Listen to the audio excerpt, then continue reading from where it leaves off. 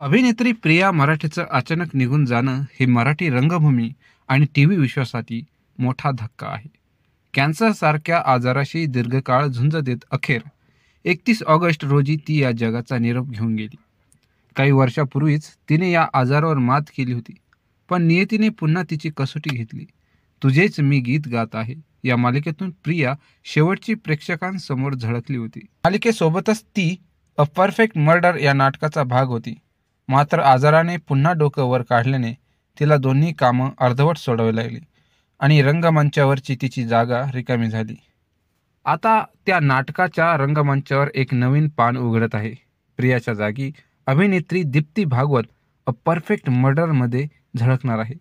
अनिकेत विश्वासराव, पुष्कर श्रोत्री, श्वेता पेंडसे, राहुल पेठे आणि सुबोध पंडे या कलाकारांसोबत ती आता मीरा ही भूमिका साकारताना दिसणार आहे. नीरज शिरवईकर यांनी नाटकाचं लेखन केलं असून दिग्दर्शनाची धुरा विजय केंकरे यांनी सांभाळली आहे. अ परफेक्ट मर्डरच्या अधिकृत इंस्टाग्राम पेजवर या नव्या टप्प्याचा व्हिडिओ शेअर करण्यात आला आहे.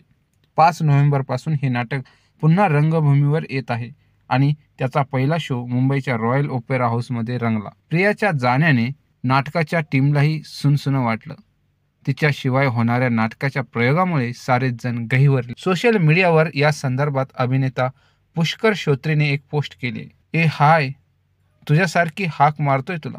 प्रिया ह्या नाटकाचा अविभाज्य घटक असलेली तू.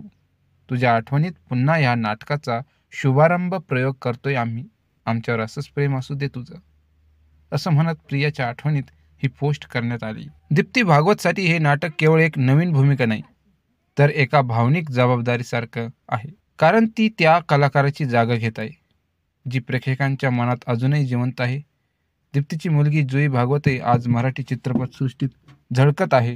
गुलकंद, लाईक अँड सबस्क्राईब आणि झापूक झुपूक या चित्रपटांमधून तिने आपली स्वतंत्र ओळख निर्माण केली आहे. प्रियाच्या जाण्यानंतर रंगमंचावर पुन्हा एकदा तिचं अस्तित्व जाणवणार आहे.